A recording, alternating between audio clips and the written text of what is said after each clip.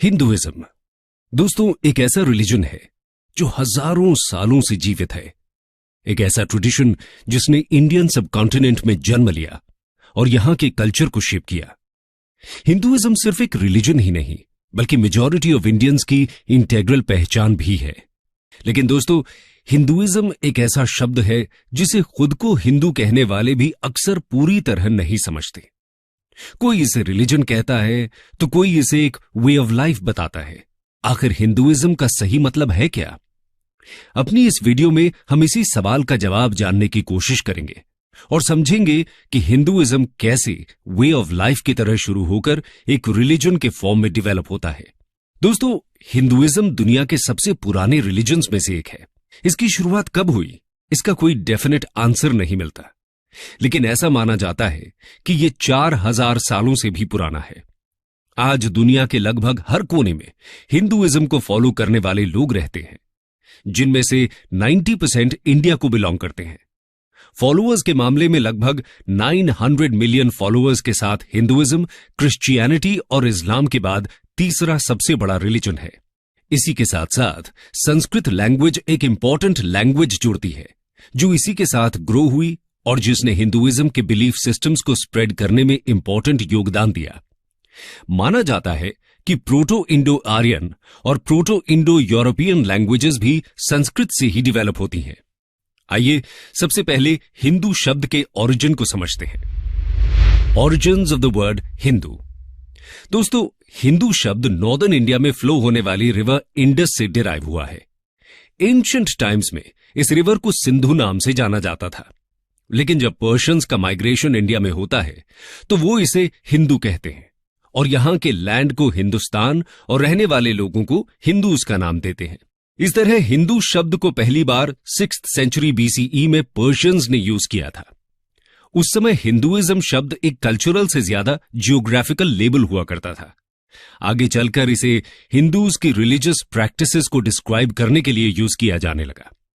Religious beliefs को define करते हुए हिंदुइज्म शब्द का रेफरेंस पहली बार 7th सेंचुरी CE के एक Chinese text record of the western regions by Xuanzang में मिलता है। लेकिन ऐसा भी माना जाता है कि रिलीजियस प्रैक्टिसेस और बिलीफ्स को डिस्क्राइब करने के लिए इंग्लिश टर्म हिंदुइज्म का यूज इतना पुराना भी नहीं है। कहा जाता है कि इसे पहली बार 1816-17 में राजा राम मोहन रॉय ने यूज करना शुरू किया था। इसके बाद 1830 के अराउंड ब्रिटिश कॉलोनियलिज्म को अपोज करने और खुद को बाकी रिलीजियस ग्रुप से अलग दिखाने के लिए इंडियंस ने हिंदुइज्म को अपना रिलीजन बताना शुरू कर दिया था। ये वही समय था जब हिंदुस्तानी अपनी आइडेंटिटी के लिए सोल सर्चिंग कर रहे थे। ये तो बात हुई हिंदू और हिंदुइज्म शब्द के ओरिजिन की, लेकिन शब्द यानी कि टर्म तो बाद में आया था। इससे जुड़े बिलीफ्स और प्रैक्टिसेस का ओरिजिन और भी पुराना है। How did Hinduism start? दोस्तों क्रिश्चियनिटी और इस्लाम की तरह हिंदुइज्म का कोई सिंगल फाउंडर नहीं है और इसका ओरिजिन रिकॉर्डेड हिस्ट्री से भी पुराना समझा जाता है। हिंदूज अपने रिलीजन के लिए सनातन धर्म टर्म यूज करते हैं, जिसका मतलब है इटर्नल फेथ, यानी कि ऐसा धर्म जो हमेशा से है। इंडस वैली सिविलाइजेशन में कुछ ऐसे एविडेंस मिले हैं जो या तो हिंदुइज्म का पार्ट है या उसे इन्फ्लुएंस करते हैं। उदाहरण के तौर पर यहां मिलने वाली proto Shiva seal, mother goddess को रिप्रेजेंट करने वाली टेराकोटा फिगरीन्स, स्वास्तिकास, लिंगास, सीक्रेट एनिमल्स की इमेजेस एटसेट्रा आज हिंदुइज्म का एक पार्ट है। इसलिए यह माना जाता है कि किसी न किसी फॉर्म में हिंदुइज्म उस समय से एग्जिस्ट कर रहा था। ऑर्गेनाइज्ड तौर पर हिंदुइज्म की शुरुआत वैदिक कल्चर से मानी जाती है, क्योंकि इसी समय हिंदूज के सीक्रेट टेक्स्ट्स वेदास का ओरिजिन हुआ था। यानी कि हिंदुइज्म का फर्स्ट लिटरेरी एविडेंस हमें वैदिक पीरियड में मिलता है। चलिए ये तो समझ में आ गया कि हिंदुइज्म का ना तो कोई फाउंडर था और ना ही कोई डेफिनेट डेट है इसकी शुरुआत की। लेकिन कुछ कोर बिलीफ्स हैं जो हिंदुइज्म को डिफाइन कर सकते हैं। आइए जानते हैं कोर बिलीफ्स। दोस्तों हिंदुइज्म एक ऑर्गेनाइज्ड रिलीजन नहीं है और किसी सिंगल सिस्टमैटिक अप्रोच से इसके वैल्यू सिस्टम को नहीं समझा जा सकता, और ना ही 10 कमांडमेंट्स की तरह हिंदूज के पास कोई सिंपल सेट ऑफ रूल्स हैं। हिंदुइज्म के बिलीफ्स अक्सर लोकल, रीजनल, कास्ट और कम्युनिटी ड्रिवन प्रैक्टिसेस से इन्फ्लुएंस होते हैं। लेकिन फिर भी कुछ ऐसे बिलीफ्स हैं जो सभी वेरिएशंस में कॉमन कहे जा सकते हैं। इन्हें ही हम कोर बिलीफ्स कह रहे हैं। इसमें सबसे पहले आता है एक सुप्रीम बीइंग में विश्वास, जिसे हिंदुइज्म में ब्राह्मण कहा गया है।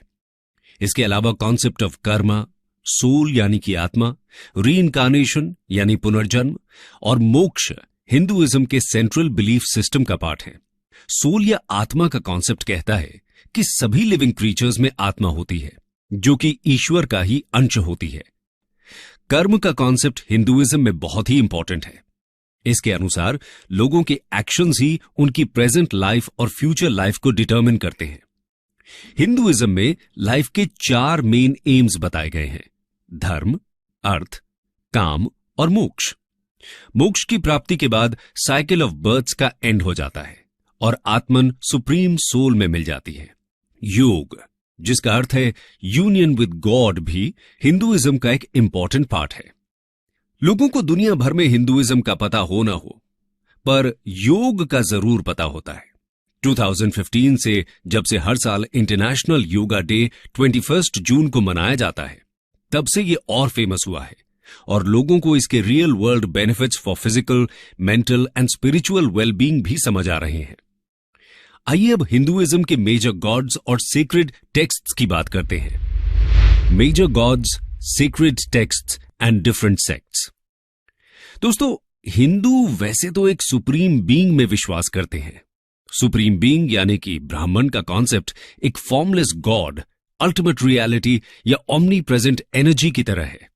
इसी के साथ साथ हिंदुइज्म में कहा गया है कि इसके अलग अलग रूप हो सकते हैं। यहीं से पॉलीथीइज्म का कॉन्सेप्ट आता है। हिंदुइज्म के अनुसार सब कुछ ईश्वर का ही एक अंश है और ये फॉर्म्स एंड अवतार्स मनुष्यों का भला करने के लिए लिए जाते हैं।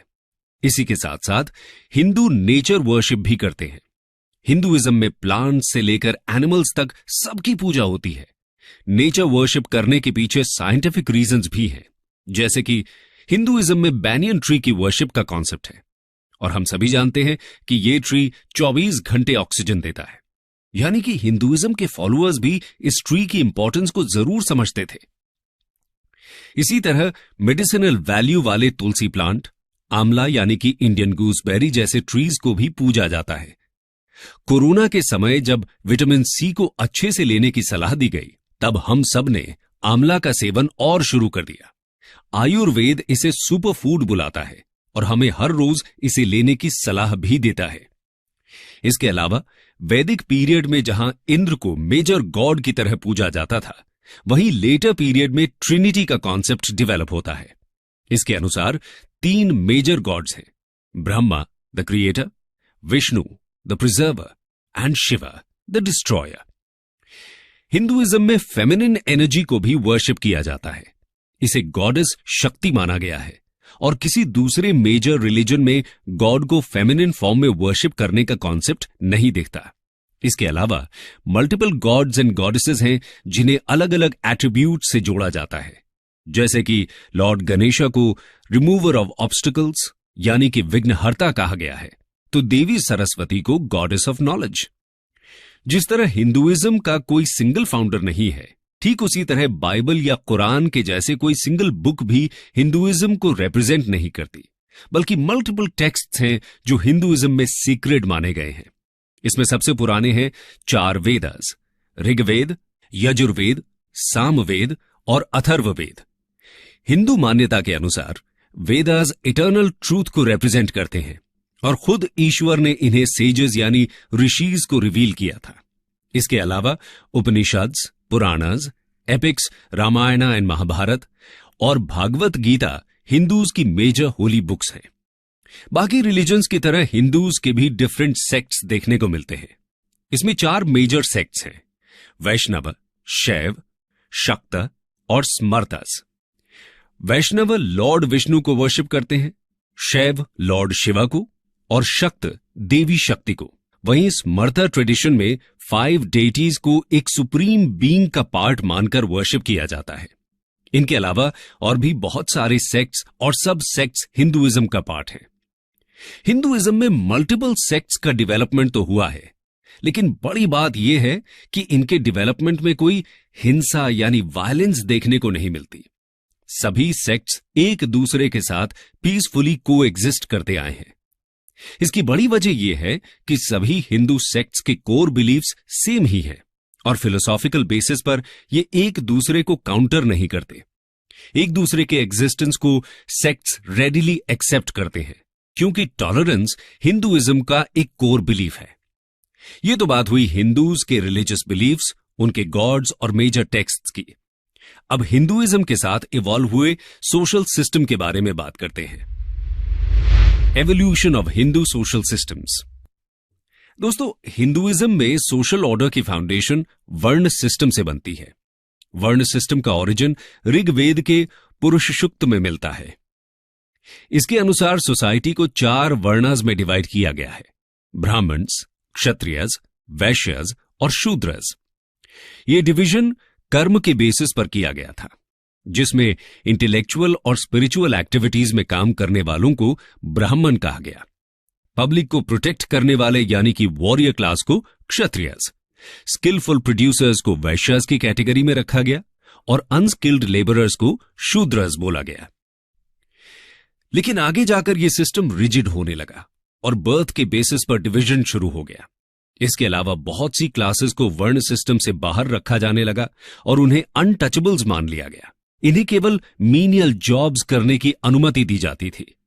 उसके बाद वर्णस में भी सब डिवीजन होने लगे और कास्ट सिस्टम यानी कि जातीज का डेवलपमेंट शुरू हो गया था, जिसकी वजह से सोशल सिस्टम बहुत ही कॉम्प्लेक्स हो गया।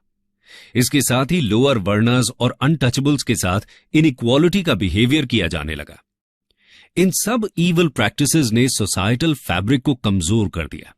सभी वर्णस के लिए अलग अलग सोशल रूल्स के साथ ही डिफरेंट रिलीजियस रिचुअल्स भी प्रिस्क्राइब कर दिए गए थे।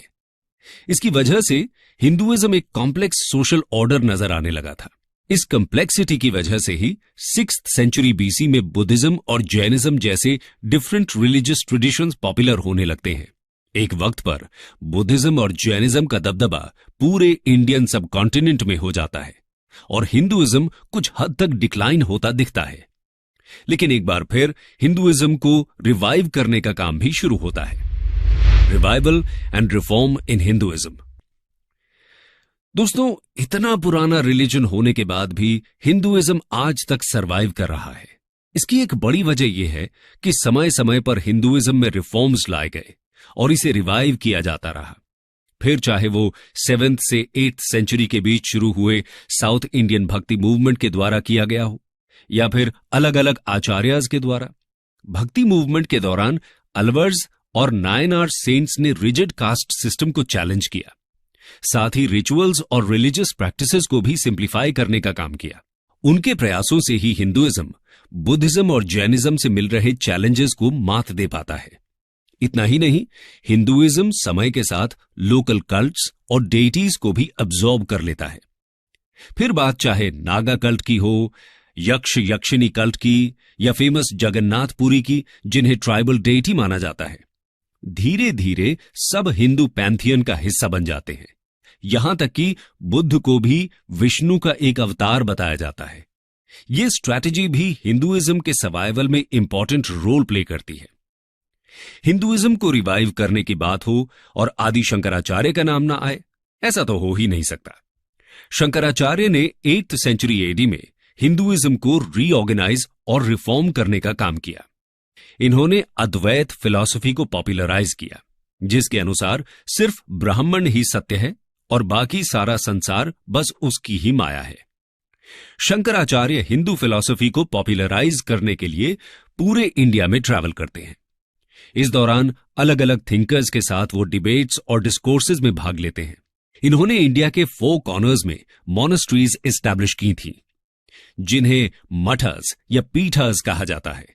श्रृंगेरी में शारदा पीठ, द्वारका में कलिका पीठ, बद्रिकाश्रम में ज्योति पीठ और जगन्नाथपुरी में गोवर्धन पीठ की स्थापना की गई।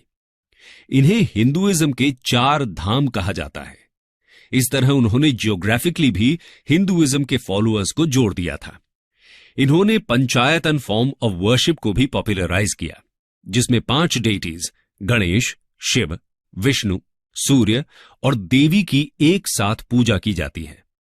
इसमें कहा गया है कि ये सभी सुप्रीम बीइंग यानी कि ब्राह्मण के ही अलग अलग फॉर्म्स हैं। इस तरह शंकराचार्य ने डिफरेंट सेक्ट्स को भी यूनाइट किया। इसके अलावा हिंदू स्क्रिप्चर्स को भी इन्होंने सिंप्लीफाई किया। शंकराचार्य ने वेदास, उपनिषद्स, पुराणास जैसे रिलीजियस टेक्स्ट पर कमेंट्रीज लिखकर इनकी टीचिंग्स को एक बार फिर से जीवित करने का काम किया था। शंकराचार्य के बाद रामानुजा, माधवाचार्य जैसे सेंट्स ने भी हिंदुइज्म को रिफॉर्म करने में अपना योगदान दिया। इसके बाद मिडीवल पीरियड में जब इस्लाम ने हिंदुइज्म को चैलेंज करना शुरू किया तो निर्गुण और सगुण भक्ति सेंट्स ने हिंदुइज्म को पॉपुलर बनाए रखा। इसमें रामानंद, कबीर, नानक, मीराबाई, तुलसीदास जैसे सेंट्स का योगदान रहता है। अगर मॉडर्न पीरियड की बात करें तो राजा राम मोहन रॉय, स्वामी दयानंद सरस्वती और स्वामी विवेकानंद जैसे रिफॉर्मर्स ने हिंदू ग्लोरी को एक बार फिर से रिवाइव किया था।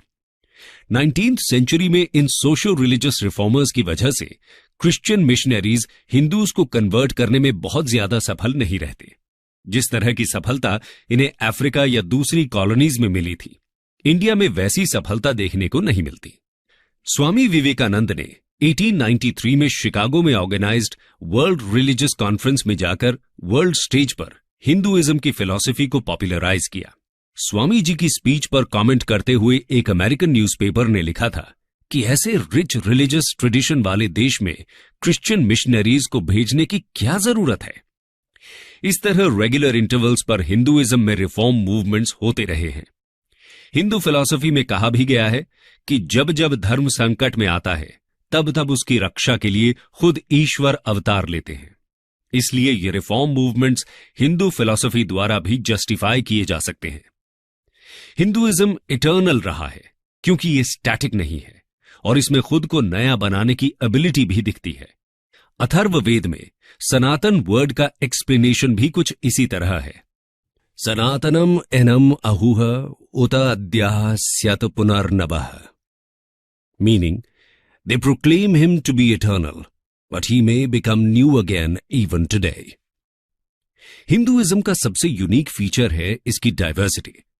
डिफरेंट लेवल पर वेरिएशंस और डाइवर्सिटी होते हुए भी ये यूनिटी को कैसे रिप्रेजेंट करता है, ये समझने की जरूरत है। How Hinduism encompasses the concept of unity in diversity. दोस्तों, हिंदुइज्म में असंख्य देवी देवताओं का कॉन्सेप्ट है, मल्टीपल रिलीजियस टेक्स्ट्स हैं, अलग अलग सेक्ट्स भी इसका पार्ट हैं। साथ ही रिचुअल्स और बिलीफ्स में भी बहुत ज्यादा डाइवर्सिटी देखने को मिलती है।